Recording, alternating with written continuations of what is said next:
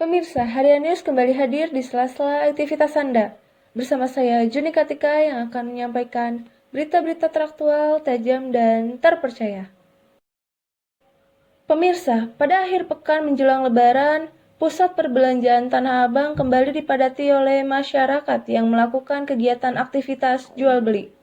Pedagang kembali meramaikan pasar Tanah Abang saat pemerintah Provinsi DKI Jakarta kembali memperpanjang penutupan sementara untuk mengurangi kerumunan warga di ruang publik. Pemerintah dari daerah Jabodetabek dan sejumlah daerah lain di Indonesia menerapkan PSBB.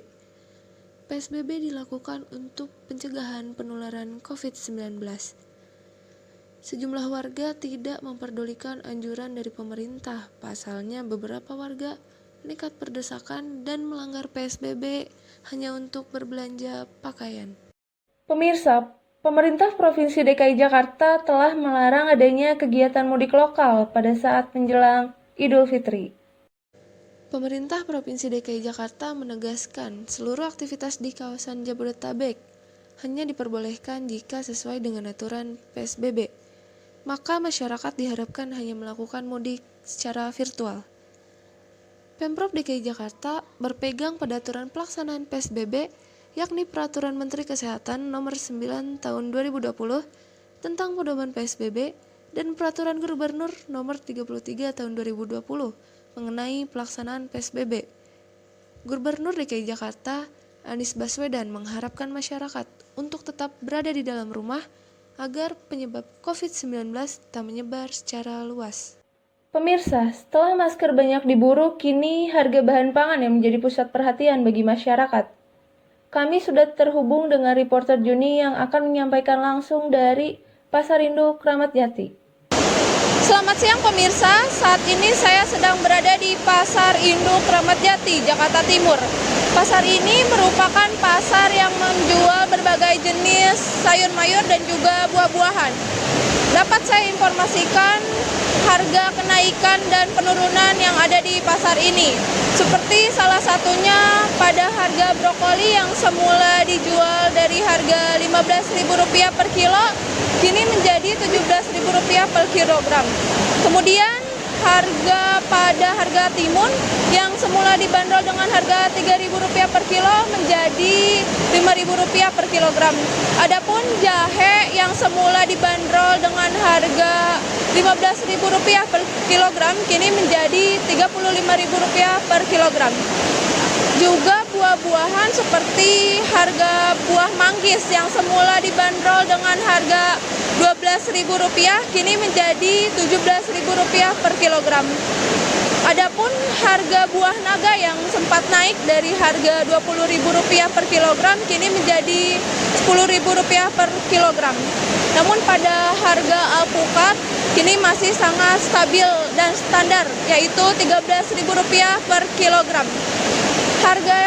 Adanya harga kenaikan ini terjadi karena virus corona yang mewabah dan kurangnya pemasok dari para petani di beberapa tempat tersebut.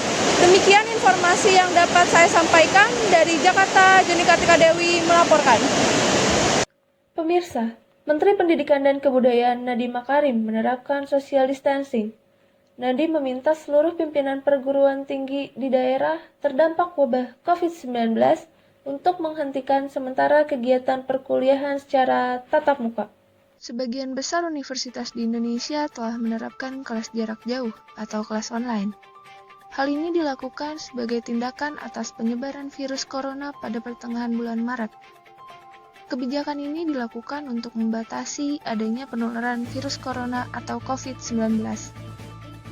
Mengingat penyebaran virusnya semakin masif ini, juga mengikuti imbauan pemerintah soal physical distancing, pembelajaran secara daring membutuhkan bantuan teknologi yang dapat diakses dengan mudah.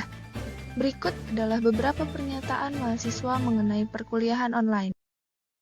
Tidak harus pergi ke kampus, gitu.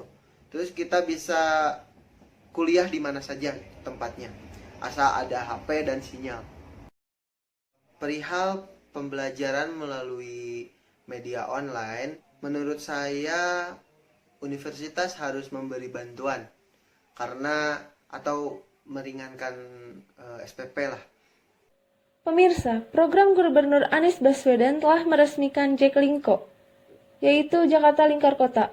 Jaklingko adalah transformasi dari Oketrip yang merupakan sistem transportasi terintegrasi rute, manajemen, dan juga pembayaran.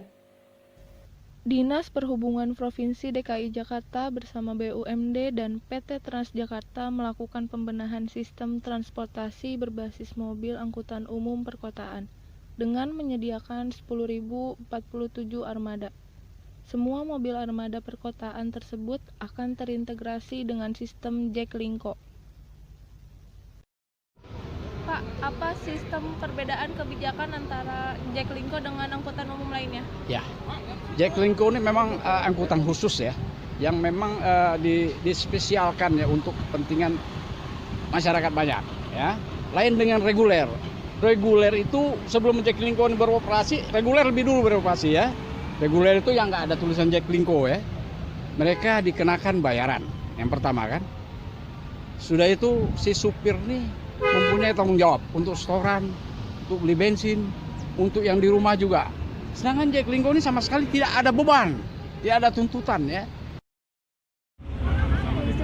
Sebelumnya bagaimana kenyamanan penggunaan transportasi Jaklingko ini? Sebenarnya sih nyaman aja kan, lebih efektif. Terus juga ya kita sebagai pelajar kan banyak ngeluarin uang ya kan untuk ini itu.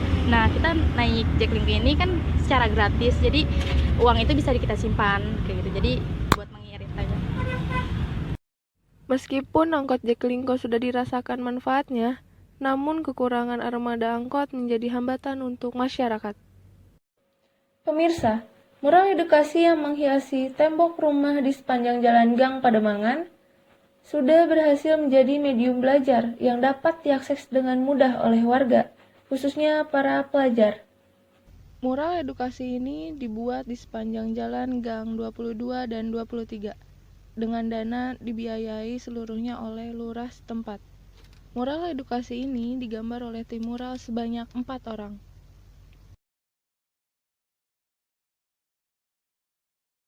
Kalau bagi saya sih sebenarnya sih bagus ya. Ini kan karena rencana juga idenya dari Pak Lurah.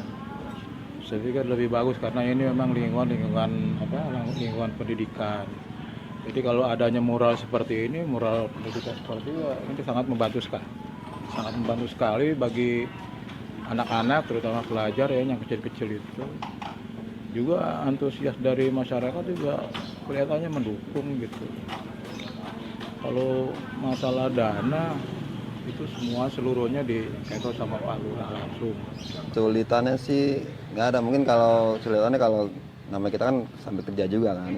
Ini kalau lagi senggang baru saya kesini. Kemudian Bapak menggambar mural edukasi ini di mana aja, Pak? Di samping sekolahan, ini Jalan Pademangan 2 Gang 22, situ Pademangan 2 Gang 23, beda RW. Ini RW 3, itu RW 2.